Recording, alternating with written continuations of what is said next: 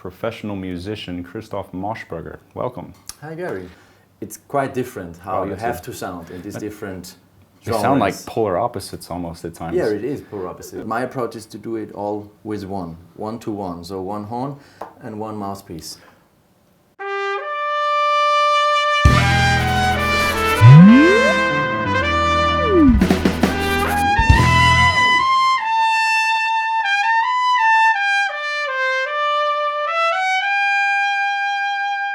Hi, welcome back to the Thomann YouTube channel, otherwise known as the Thomann Gearhead University. I'm Gary from the Thomann Brass Department, and today we have a special guest, professional musician Christoph Moschberger. Welcome. Hi Gary. I was thinking today I would love to pick your brain about sound. I know as a professional musician you probably have a lot of responsibilities playing different genres. Could you tell us a little bit about what you have to face as a professional musician?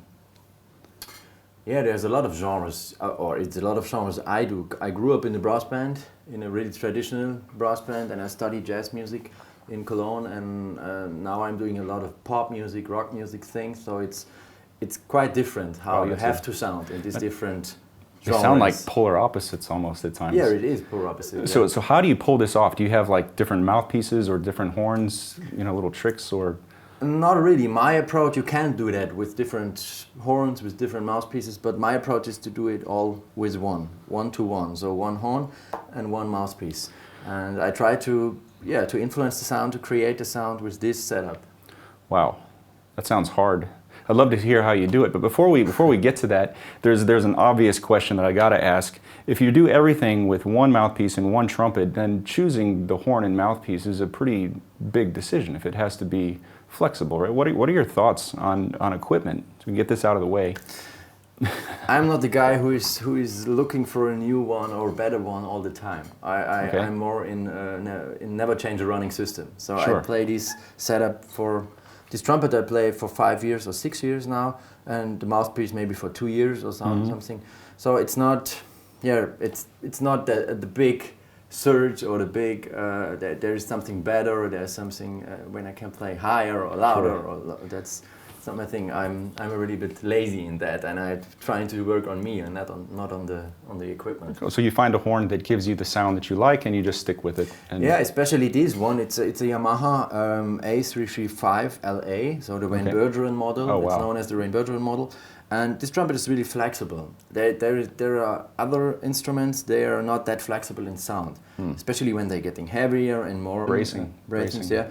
The more you have, the more fixed the sound is. Yeah, it's my opinion. If it's more open, you have to work for a projection. You have to work more, but you can create a sound. You can do it brighter, darker, and like where the sound should go. Should it go like a laser down there, or should it go like an explosion in all these directions? That's the difference. So this trumpet with this mouthpiece, it's for me a good decision to do all these kinds of stuff. Well, it makes sense. I mean, if you have a trumpet or equipment setup that is really on the one side of the dimension, whether it be too heavy or too light, it's going to make going to the other side really difficult. So you need to find something fairly in the middle, mainstream. Yeah. Okay. So I have to ask, how much time do you put in working on sound? Is this like your main thing, or do you have to do work on each genre of sounds, or what is most important to you? It's not that I'm working on it, that I spend time to create these different sounds, these different genres. That's not a thing. For me, generally, the sound is a really important thing for me to in trumpet playing and to improve my trumpet playing. So you're talking about the general quality of the sound. Yeah, especially if the sound, if you want to have, or if you have a centered sound with overtones and clear sound, the whole system with all these things are work which you need to playing trumpet, like maybe breathing, diaphragm, the neck, the lips, the tongue, all these things. They should work properly together and being in balance. And if they are balanced, then you have a clear sound. Like, take the microphone, like this maybe. If you sound like this, something is wrong. Sure. And so you have to think about what is wrong, which part of all these little adjustments you have, little tools you have to adjust your trumpet playing or to work on it. So you have to, which one do you have to grab and adjust? So you really have to be self-aware and let your ears be your teacher. That's the thing. That's especially the thing. I think that's the secret from these guys who say they don't, like James Morrison in an interview he said he don't have to practice, or he doesn't practice. So, and I think he has the skill to scan his sound in every time he's playing. If it doesn't matter if he's on a stage or in a studio or in a TV show, if you can focus on sound and scan your sound, and after that, if maybe it's too not clear, it's too a lot of air in it, or it's too closed and too dark, you have to react and change something in it. This skill is very important for me when I'm practicing. So imagine the more you work on your overall sound concept, the better you are at diagnosing your sound and knowing what's wrong when something doesn't sound the way you want it to. That's it, yeah. Wow. Even if you're playing an etude or a Charlier or Aban or anything, because I think often you're really into the music, into reading the music. You're looking at the music sheet and you don't listen to your sound. You forgot to listen to your sound, and it's not. I say in our system, in our teaching system, it's more okay. You have to play the right note. It's an F2, and what is an F2? You can play F2. Can you play in a lot of different styles, loudness and how loud, how bright, how dark. And that's the thing you have to create for yourself. You have to be a little bit self-responsible for your own thing. That's true. If I may, I had when I was learning to play trumpet, I went to the library and I checked out a Canadian brass record. I'm dating myself here. But it was a simple song from Bach, and I picked out all the notes, and I was like, cool, I can play something the Canadian brass played. I got all the notes right. And then I stopped, and it kind of hit me, but you don't sound like the Canadian brass. Was it this one? Exactly. You know that? Yeah. I know that. But I did not sound that pretty. And I was like, okay, what's missing? There has to be more to the equation than just right notes, and I think you totally nailed it. Okay, this sounds very interesting. Could you give us an example? Sure, I can. For example, if you imagine I'm in a big band, maybe playing lead trumpet, so the trumpets are in the last row of the band. So the goal is to get your sound as far as possible, like a laser. The thing is not to be loud where you are, so more than coming really, really, really far. So projection, that's the goal. And you can do that. I can show you. It sounds like this.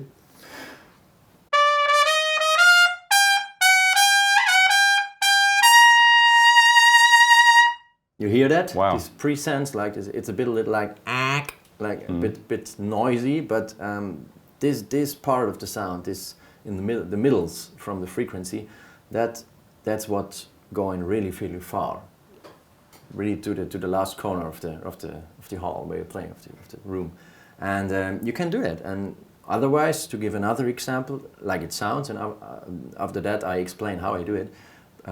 If you imagine you're in a big symphony hall and playing in an orchestra, maybe like John Williams stuff, like movie soundtracks, it's not to get your sound as far as possible.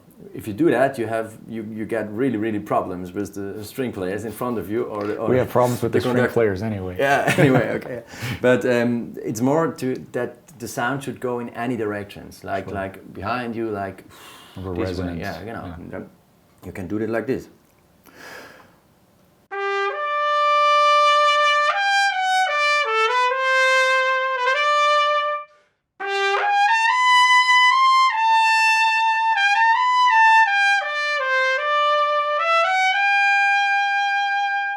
In difference to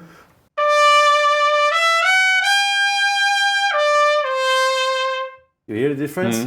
There's not as many overtones. Yeah, that's the thing. Yeah, and another example, maybe if you're imagine to being in a small jazz combo in a club, or want to be this fluffy Chet Baker sound. Sure. Yeah, like that.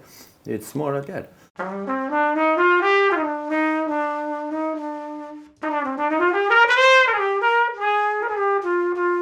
You know that? So that's My Funny Valentine. Yeah, sure. It's that's the thing, and you can all do it without changing the horn or the mouthpiece, it's all about your tools you have. You can adjust, and I think the most important tools or adjustment tools you have to create an own sound are the lips and your tongue and your mouth. How you form your mouth. That's the thing. Wow. And especially the last example, if we say this jazzy sound with a lot of air in it, it's all about how far open your lips are. If I play the normal sound, which is clear without a lot of air, like this, and I open up my lips, the effect is like that.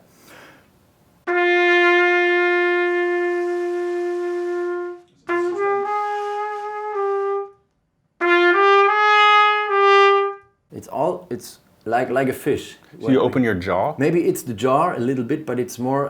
It's really tiny adjustment. It's not like open and down. So Sure. it's not, but you can practice that if you take your lips like a really bit.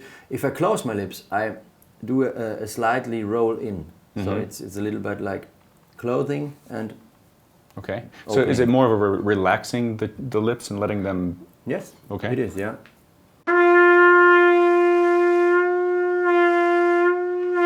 You know that? Well, I've never been able to do that with just one. I mean, once the mouthpiece is on the lips, for me it's really hard to be flexible. Really? I would have to take the horn off my face and really pull all kinds of lip out of the mouthpiece, and then I could get that sound. But that would be really. Do you mind if I try? Yeah. Try. I give you the microphone. So. I have no idea what's going to come out of this horn. We'll find out together. All right.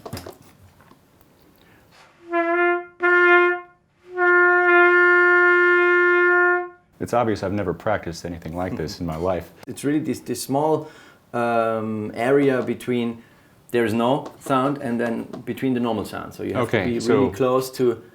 You're catching the air before it stops. Yeah. Okay. Yeah. Yeah, that's more. I think maybe a little bit more airflow in it, not only. So I was trying deliberately to have the sound fail. To know, because it sounds like I have to tease this border between air stopping and having this fluffy sound. Wow. So I'll have to practice that when I'm not on YouTube. Do you have another example? This sounds really interesting. Yeah, wow, the other example was maybe the difference between this symphony thing, like sound is really a bit more mellow, and the big band example when we want this project. The tongue is really important for this symphonic sound. I imagine that it's really as big as possible. Okay. Like you have a hot potato in your mouth. Like there's a big cavity. Yeah, it's especially and it's like a F, foo foo foo. And if you're playing this more focused sound, it's more like and more. The tongue is a bit more open, and it's all. If you say ich, it's very compressed.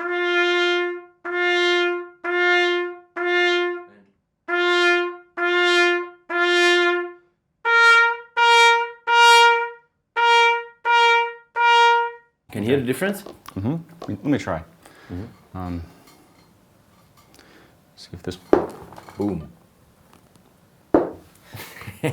Do it twice, it's jazz. Yeah. Okay.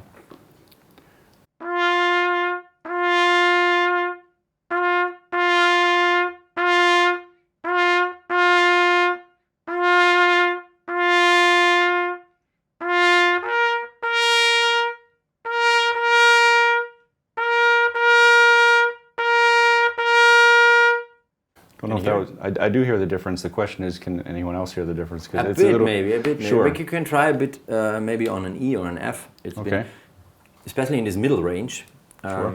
It's really, you can hear it.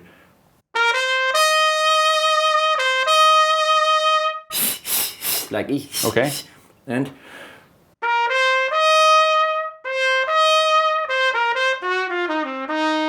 You hear the difference? So, sure. Yeah.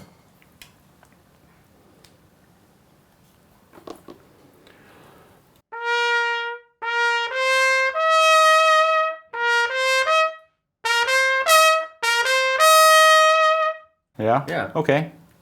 And it's not about how loud it is. It's more like how the sound is, how the frequency from the sound is. If you can, I don't know if you have a look on this one, but if there is a big difference, but it's not that the other thing is louder. To get this more compressed, edgy sound, the tongue compresses the air against the top of the mouth, and for classic, like you said, it's very, very open, very like a round sound. What are your thoughts about how the note starts and stops in these different genres?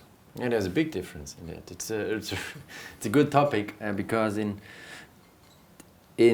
popular music or in jazz, in jazz music or in modern articulation, it's really, really important that that the nose ends with the tongue and that it's in a section. For some people, that's a very foreign concept to have the tongue I so know, active, especially stopping. for classical people, Sure, especially because it's another way around. So they if you're a classical trumpet player, it's forbidden. You're going to be shot if you do that. If you play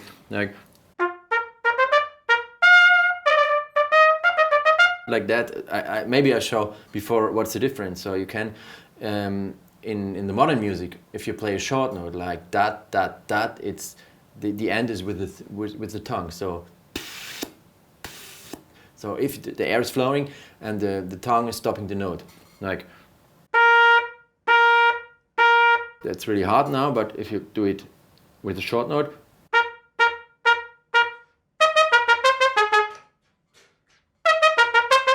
like if you have some funky stuff or any like this. Also the old like Tower of Power in Yeah, Chicago. that's what. Yeah, genau. Yeah, it's all okay. Wow. So that makes sense. And if you are playing classical, it's the note is like if you have a bell, like bing, bing, bing. So you need that resonance at the end. Yeah, you don't want it to stop like a.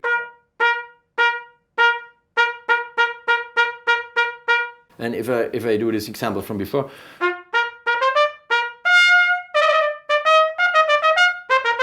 and not The mariachi classic. You can do it other way around. If I play a big band song or a modern thing with this open classical articulation, like.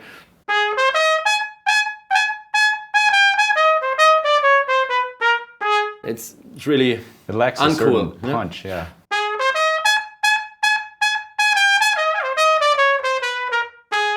So that's a difference. So this one, to be able to switch that and play with an open articulation and this closed articulation. I think that's a really important thing to being flexible in different styles. So cool. It sounds like the ear needs to take a really active role in determining what you do, and this of course takes a lot of practice. Do you have any closing thoughts to help us in our journey to become better and more versatile musicians? Maybe I want to encourage all these trumpet players out there and to get a focus on their own sound and to really maybe to imagine if you're in their practice room and playing a really, really boring ABBA etude, that they imagine maybe it's a concert and you're on a stage and you can make music out of anything, even if it's.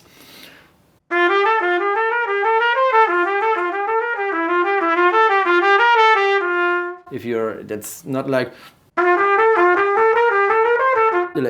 If you're playing like this with a bad sound and you leave it like that, if you're learning an instrument, it's about repeating, and you have like a hard disk in there, and you can choose if you want to store the correct information or the bad ones. And if you play every note which sounds like this, or like this, it's not a correct information, and you need a lot of time to override. So if you're going to be playing the trumpet anyway, you might as well try to do it right every single time you pick the horn up. Okay, so that's the secret from all these great players out there, like especially these players which are doing obviously really easy. They took the horn and it goes like all these like James Morrison, Wayne Bergeron, all these great guys. I think they got a focus on their own sound and not only on the sheet music. Wow. in front of them. That's a really interesting window to the perspective of a professional musician, and the difference between the way Christoph approaches the trumpet and how many of us, and I include myself in this, I'm notoriously lazy, and those of you that know me know that to be true. So thank you for encouraging me, and hopefully all these people on YouTube that have a passion for trumpet like I do will find the same encouragement that I found. Thanks for stopping by. Okay.